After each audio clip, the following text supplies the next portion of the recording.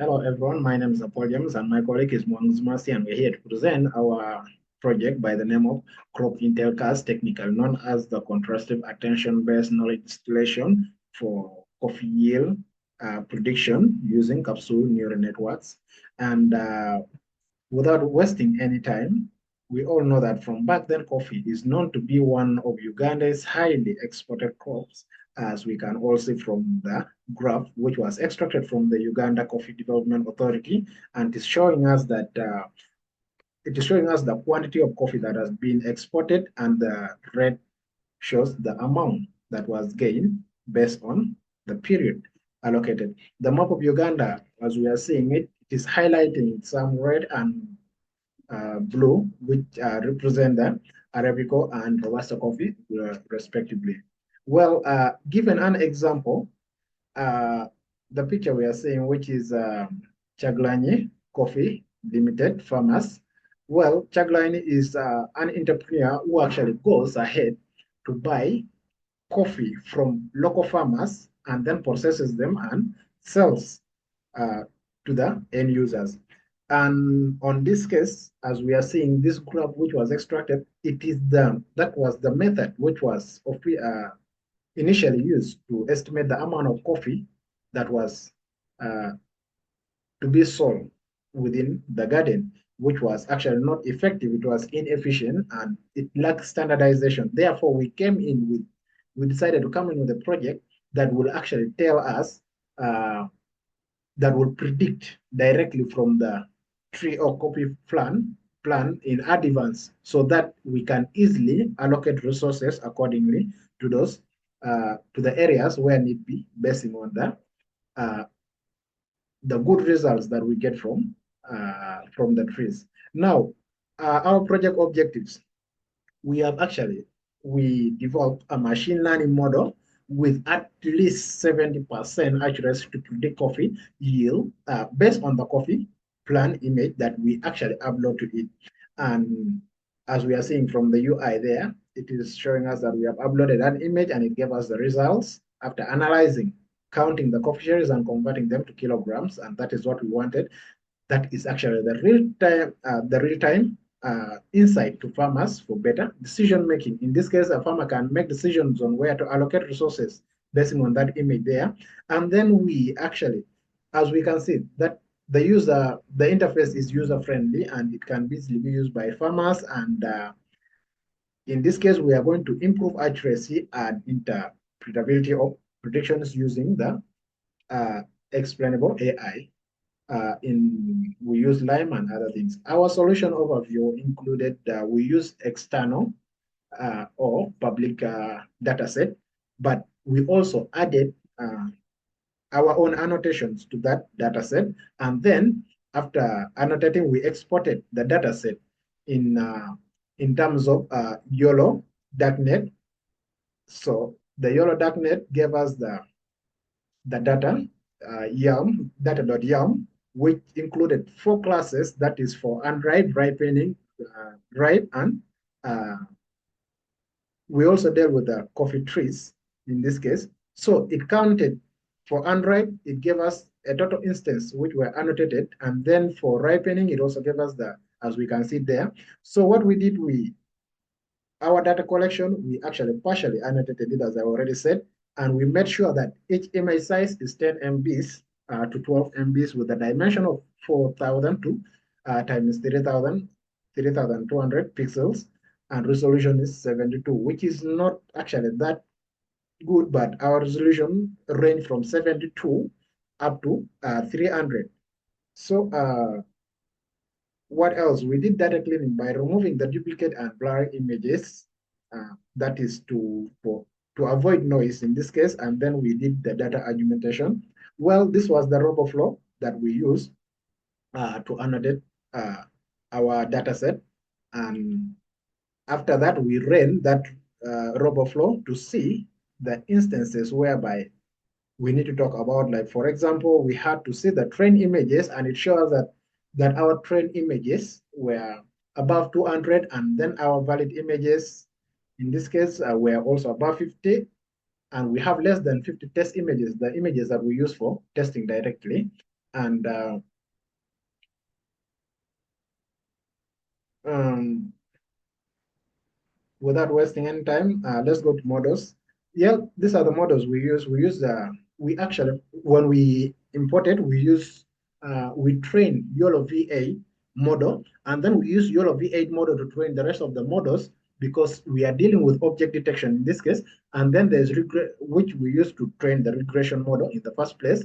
So after training regression model, which is computationally efficient and avoids the need for region proposal networks. And then we use that one to train the attention base, which actually focuses on the most important regions of the image, and then the capsule models. And then we pick among all the models that we have trained, we have actually picked the best model, which is regression plus the attention base. That was our best model that we used to predict everything. And apart from that, uh, we now go to system architecture. Well, our system architecture, we use the training part and then the testing part. Well, our training part, we loaded data, then extracted the features. In this case, we are using 4 classes, which must be identified here. That is the ripe, unripe, overripe, and semi-ripe.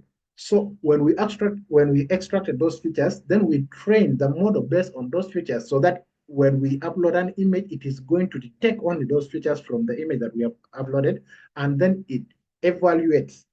It is first going to test by itself, like we are first going to upload another image to test during the training. So it is going to finish training and then it provides the test results to see if we are actually accurate. So if we are accurate, then we proceed. If we are not accurate, then we retrain. So after that, we now test the train model.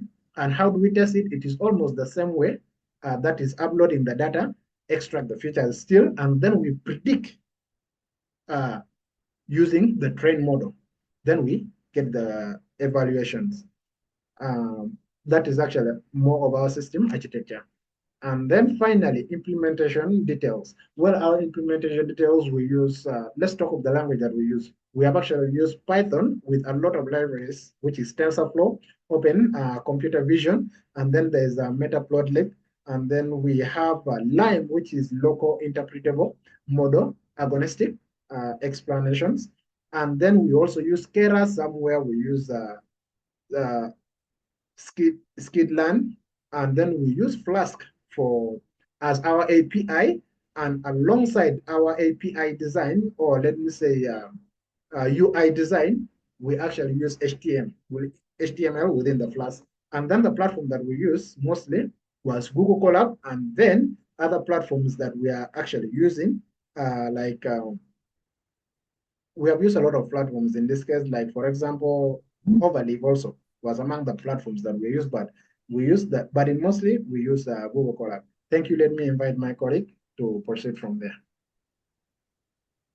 Hello, everyone. My name is Mercy, and I'm going to take you away from the technical bit.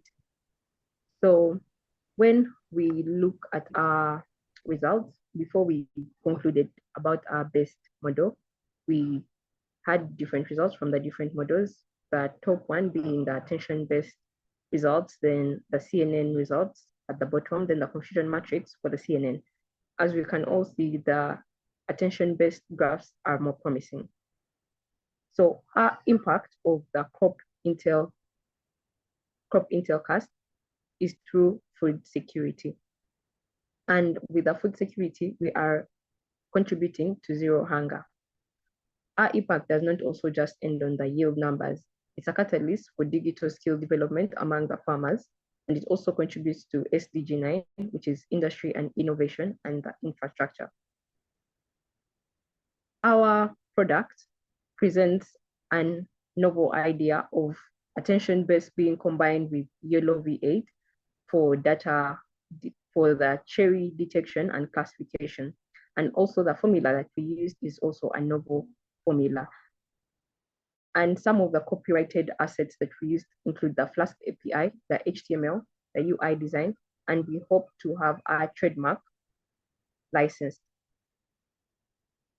How we are to monetize our system is through freemium model, where farmers will have a free trial, then subscription service, farmers expected to pay 50,000 and coffee cooperatives expected to pay 500,000, then through government contracts, and then licensing to coffee processors and exporters.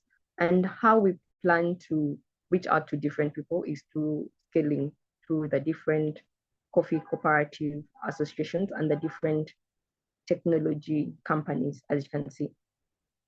And our market size, our total attainable market is valued to be 846 million as per 2022 reports. That's all the coffee farmers in Uganda. And we can attain a market of 68 USD million. Those are the people who use the technology. And the market of the people that we know are going to use our product once it's out there is valued to be over 5 million USD. And how we plan to scale this product is starting with 500 pilot farmers, then expanding to the different regions in the country, and hoping that our neighbors, Kenya, Tanzania, and Rwanda, get to adapt our system, and thereafter we can expand to the different other crops. Our system, here we have the screenshots or the snapshots. On the left-hand side, we are seeing the system prompting the user to input the image, and thereafter we are seeing results on the right-hand side where we are having the results being shown, showing the overripe, ripe, and then estimating the amount of coffee in kilograms, which is 0.91 kilograms. These are the different contributions that I and my teammate came up with. Yes, my teammate was able to design the UI design, train the model techniques, their evaluation, data processing, and model deployment. I was in charge of documentation, the dataset collection, the traditional model training techniques, and their evaluation. What we have learned from doing this project is the implementation of explainable AI and how important it is, and that when carrying out this project, we highly need an expert in the domain to help us know if what we are doing is right, and that offline functionality is more needed because not the entire country can access internet. Looking at the GDP and the living style of most of the farmers. And also, it's always good to retrain our models with new data sets. The challenges we are facing is the data inconsistency and the computational limitation and the limited available data, and also being able to patent our product. What we plan to do, we plan to integrate our system with IoT-based sensors, have regional training for the different farmers in order to teach them on how to use our product, and also incorporate drone captured multispectral imagery so that the farmers can be able to get to know how much the entire farm is going to produce, instead of taking one picture by one picture, which is tedious, and then also expand our product to other crops.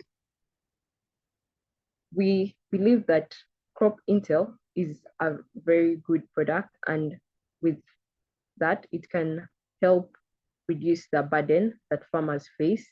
It will reduce the workload by 20%. It will reduce the, I beg your pardon, it will reduce